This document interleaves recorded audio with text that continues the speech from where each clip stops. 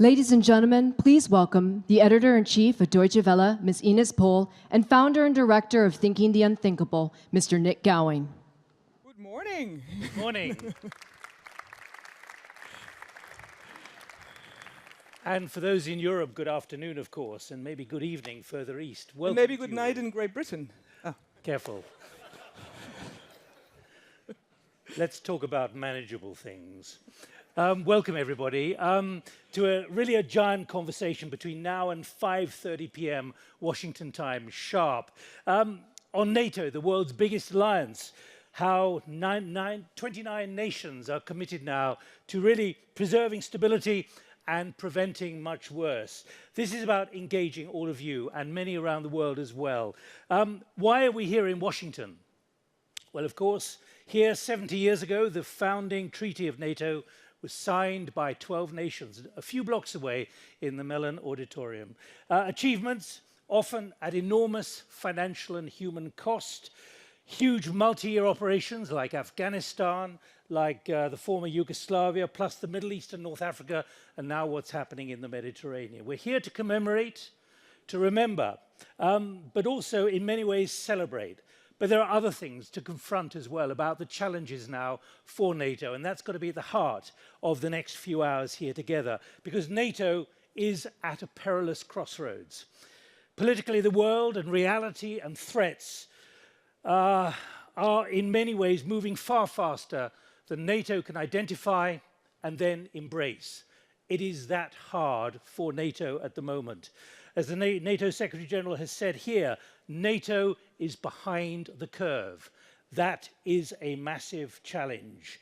The Secretary General has made clear that NATO is having to catch up. It's the biggest transformation since the Cold War, in his words, confronting major competition and tensions of systems, as the US Congress was told yesterday. Yes, as Nick says, we're here to commemorate, to celebrate, but also to confront, and also confront each other. So therefore, it's beautiful to be in this venue. It's a place where many rock concerts are also happening. So we were thinking if we should call this event NATO Rocks. We shall see how the day goes. But we really want to get all of you engaged. We want to hear your opinion. It's not like a regular think tank event. It's more of a conversation, as the name says. NATO Engages. So we will come back to you sometimes as a surprise, so be aware, be crisp, listen to the speakers. And important is also to know that this is produced as a TV show, so we really do have to be sharp on time. So when you get asked to give your comments, please stick to 30 seconds, what we do in television.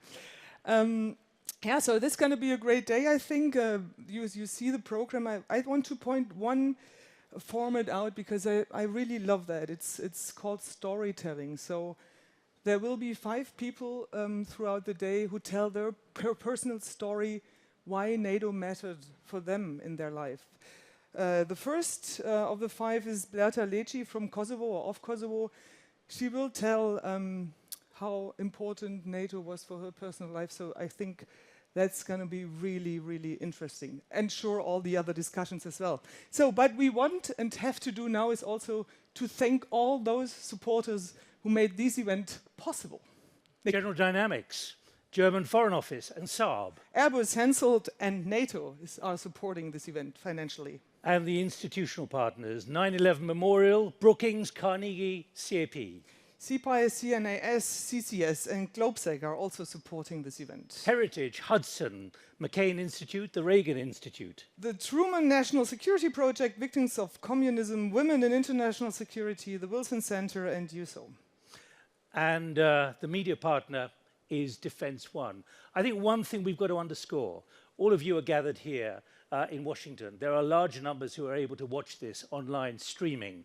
This is about the public and how the public sees NATO, what the public doesn't understand about the very serious threats that NATO is now confronting, as we're about to hear. So think not just about you lucky enough to be here on the banks of the river in Washington. This is about a public which doesn't really understand what's happening and doesn't really appreciate what NATO is doing and the enormity of what is on the horizon, not in a few years, but probably a few months or maybe even a few days. Exactly right. It's not mainly about weapons, it's really about understanding. So therefore, get engaged, use our hashtag NATO Engages, and we're very much looking forward for an interesting, great, rocking day. Enjoy. Rock with us. Thank you. Ladies and gentlemen, please welcome State Department and National Security reporter for the Wall Street Journal, Jessica Donati.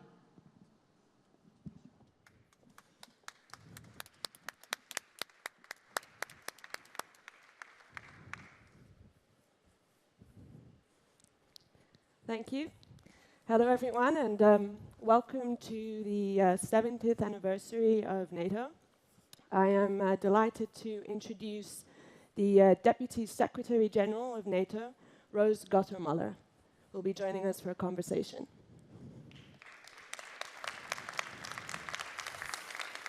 Morning. Good morning, everyone. Welcome. Thank you. Thank you for joining Good us. to be here. So I want to start with a question, a historical question, because NATO, when it was founded, it was a key step in history. It was the start of the Cold War. The next great step that happened was the fall of the Soviet Union, and that is marked as another key event when you look at the NATO chart. And next after that, we have 2001, which was the first time that Article 5 was invoked. And so I wanted to start with the question is, what is the great step now? I mean, is President Trump the great step? Great question. But before we get into that, I wanted to show a picture. Could we put the picture up of where we were on April 4th of 1949? It's up on a couple of... So take a close look at this picture. And it has a certain air to it, wouldn't you say, of men in suits? And I wanted you to look around the room today and to understand that this is NATO today. We have, for one thing, more members than we had on that day. We've gone from 12 to 29, and soon, with the accession process complete, we hope to have our 30th member, the Republic of North Macedonia. But we also have multiple generations involved, and we have many women involved, and we have many different nationalities involved at NATO as well. So I want you to bear that in mind as we launch into this discussion today, that NATO is evolving and NATO is adapting, and NATO looks a little bit different than it did on April 4th of 1949. But to get back to your question, is this a Trump moment at NATO? I would say yes. And many of you saw the reporting from the Oval Office yesterday. The Secretary General had his meeting with President Trump and also then an extended period with the press. And from the point of view of the Secretary General and me and the other leaders in NATO headquarters, I think that we feel that President Trump has been an important catalyst to push, especially on the burden-sharing front, but also to push in other areas as well. And so it is a bit of a Trump moment as a catalyst. But in terms of NATO changing and adapting to tough circumstances, and I heard what Nick Gowing had to say at the outset, NATO's already confronting those tough circumstances, and I know we'll talk about them some more. Okay. So before I move on to my next question, I would like to say that we will have time for questions from all of you, because this is NATO Engages. So start thinking, and we would like to hear from a diverse crowd. So put up your hand. We'll start in about 5 minutes or so, and I'll start asking questions. First of all, though, my question would be about something that we don't talk about enough, which is Afghanistan. Mm-hmm. Almost 20 years ago, Article 5 was invoked. The situation now, 45,000 Afghan security forces dead since 2014. Just last year, almost 4,000 civilian deaths, including almost 1,000 children. There's still 16,000 NATO soldiers. Last week, I spoke to a widow who had lost her husband in Helmand. Her baby, their first baby, was 10 weeks old. And she told me, My husband's not the last guy that died there in Helmand, and he wasn't the first. It's still happening. And one of her widowed friends is another woman who lost her husband in Helmand a year later, leaving her alone with twins. So my question is, why don't we talk about Afghanistan as a war? Why do we talk about it as a training mission? And the second part of my question is, what is the role of NATO there now? 6 months ago, you said in front of an audience like this that the future of the Resolute Support Mission was an easy one to answer because there's a commitment for 5 more years. But now we know that the US is discussing a plan to withdraw at least half of their forces in exchange for security assurances on terrorism. And it doesn't appear that NATO is being consulted on this drawdown. And it's not clear that NATO is willing to stay if the US leaves. So my second question is, what is NATO's role there? Well, let me start by just taking a bit of exception with your statement that NATO is not being consulted. Because in fact, NATO is being consulted. We've been talking frequently with Zalmay Khalilzad, the special envoy who is negotiating. Yes, he's negotiating with the Taliban, and at the moment focusing on the issues that have to do with establishing an inter-Afghan dialogue. So he has been multiple times to NATO. We just talked to him again last week. And the point that he has stressed again and again and again is that he is not negotiating a withdrawal agreement. He is negotiating a peace agreement, a peace and reconciliation process. And so NATO is there to do everything we can to support his efforts, and when the time comes, to support the peace and reconciliation process. Why? Of course it's a war in Afghanistan, and sadly it has been for almost 40 years now, since the Soviets invaded in Christmas time of 1979. But as a matter of fact, we have long felt at NATO that the best way to help for developing security in places like Afghanistan is to train the Afghan security forces, the Afghan army, to be able to operate effectively themselves. And so that's why we're there as a train and advise and assist mission, same way we've started up a mission now in Iraq to help the Iraqi armed forces to move in the direction of greater effectiveness for their own defense and security. So that's how we think about it. But I wanted to pick up on your point about women. It's so very important. You know, a point that's come home to us at NATO headquarters on March 8th, we had Miriam Salman come and address us. She's a prominent NGO leader in Afghanistan, and she was talking about how things have changed for women in Afghanistan over the last 20 years, and particularly the fact that now there are 40% of students in school are women or girls, and 20 years ago that number was zero.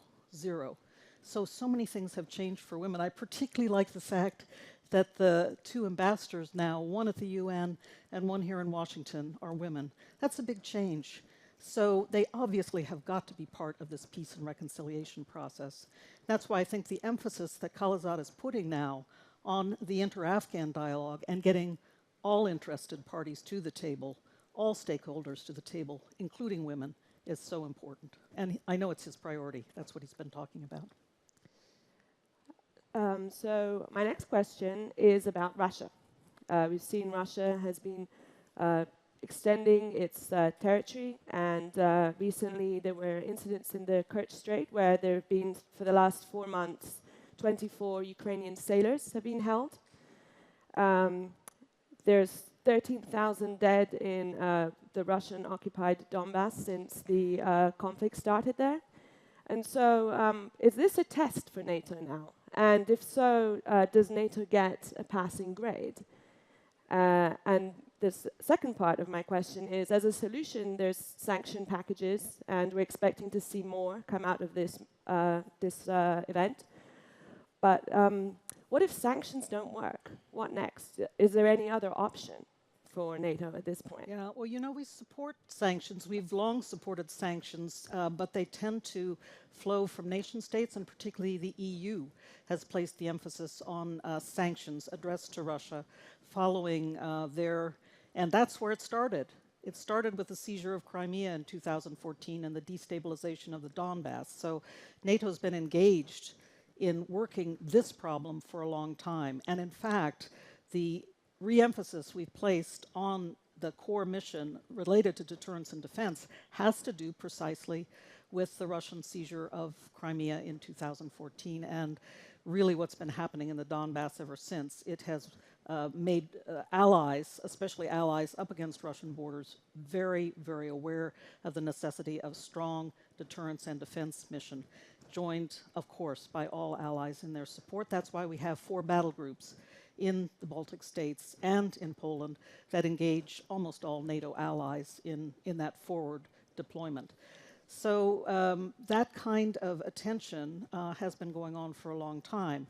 Now we have the situation with the Kerch Strait, quite obviously very problematic. This was the first time, you know, when November 25th came, first time we saw actual uniformed, identified Russian military in the Navy firing on the Ukrainians. That's always been this hybrid action, right? The little green men, never quite identified.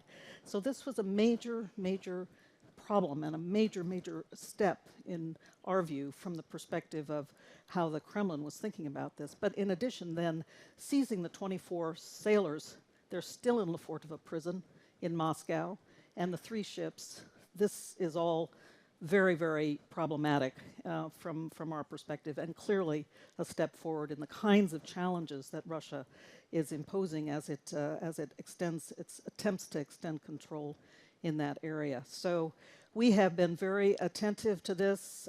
Clearly, there already is a lot of NATO work together with Ukraine and Georgia to build up their militaries, particularly now their maritime forces, both the navies and the coast guards. We're working with them. Our foreign ministers in the coming day are going to be agreeing to, looking at a package of measures that will include further port visits and further training activities and exercises. Even today, the standing naval force of NATO, SNMG-2, is in the Black Sea. It's been dividing its time between Poti, Odessa, and doing exercises with both the Georgians and the Ukrainians today. So, as we like to say, there's a lot of NATO in the Black Sea, and we will continue to be there in support of our partners there. Okay. So I think it's now time to open up to the audience. So if you have a question, raise your hand.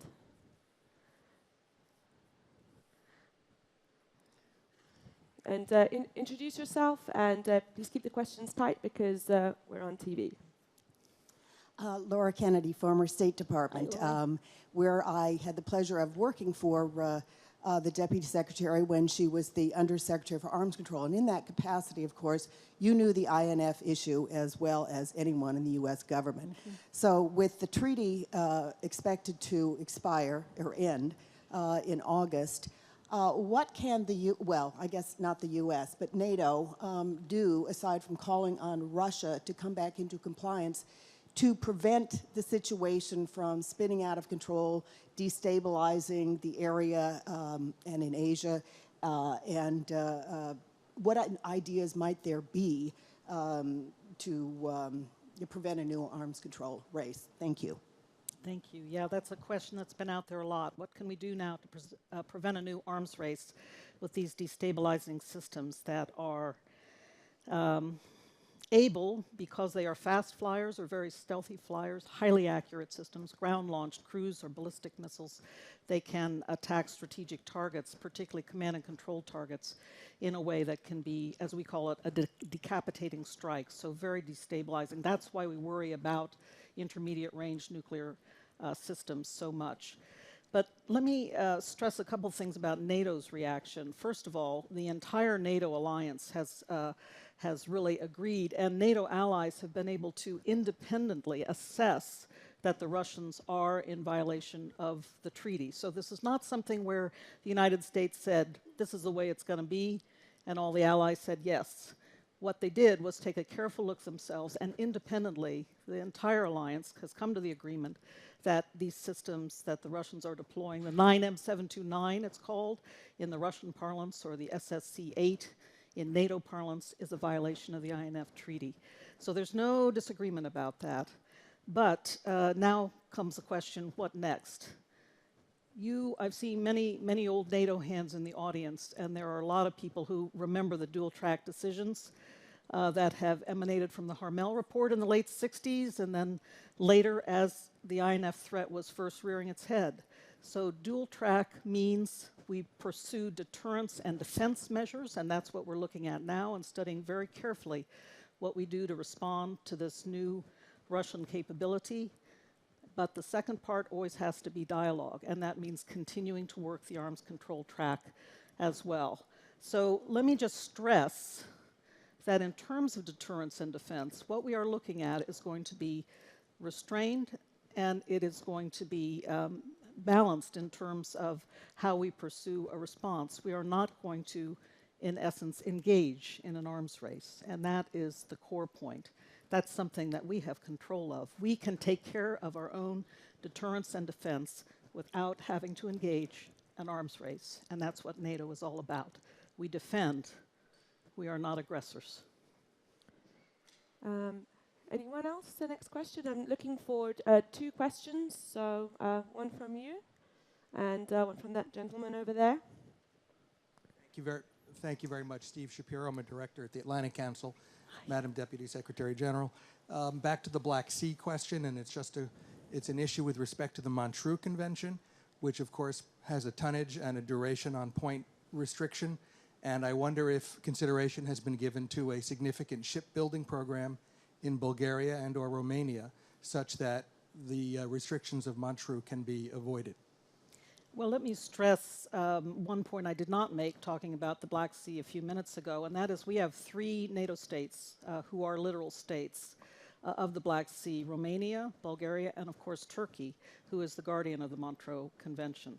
So all of those states, when we talk about what NATO's doing in the Black Sea, and I mentioned SNMG2, our naval group that's there now, but that's not all that's going on. All 3 of those navies are very much involved not only in deployment, but also in ISR, intelligence, surveillance, and warning, making sure our situational awareness in the alliance is what it should be. And that's, by the way, that's another part of this package we're looking at for the foreign ministerial, is to have better information sharing so that we are all the time improving our situational awareness in the Black Sea. So from the perspective of, is there enough NATO in the Black Sea? I say there is plenty of NATO in the Black Sea, and it helps that we do have 3 states who are literal states. So I think we're going to go on from there. One more question. Hi there, I'm Alex Tiersky from the United States Helsinki Commission on Capitol Hill. I first wanted to say, on this 70th anniversary of the Alliance, I'm an American who is descended on one side from Ukrainian immigrants, on the other side from a French family whose home was occupied by the Nazis. I don't think there's any question that the Alliance should be celebrated today and that it continues to have relevance on that basis. And I'd like to thank you for your efforts at the Alliance to ensure the continued strength of the transatlantic bond. I want to ask you about I'll lean on the analysis of Ambassadors Burns and Lute, who recently published a report on NATO at 70. And one of the challenges that they pointed out was the challenges within the alliance, having to do with the fundamental commitments that underpin the North Atlantic Treaty and all of the declarations at summits, including democracy, rule of law. They have some pretty forward-thinking recommendations on how the alliance might start to think about these challenges from within its own membership to its core values. I wondered if you had any thoughts on those. Thank you. I do. I talked to both of them and to their research team when they were working on the report. Some of you may have heard my comments on this at the Munich Security Conference a few months ago. My firm view, and it's a very strongly held view. Oh, but one thing before I get started. Thank you for wishing us happy birthday. Not enough people have been wishing us happy birthday. Come on, gang. This is a happy time. We should be enjoying ourselves. But no, I thank you for that. But these are serious matters. And honestly, my view of this situation is that, first of all, NATO member states, it's not kumbaya every day at NATO headquarters. Believe you me, we have knockdown, drag-out fights all the time about serious operational and policy issues. That's how you forge consensus. That's the basis on which consensus is forged. And that's the strength of the alliance.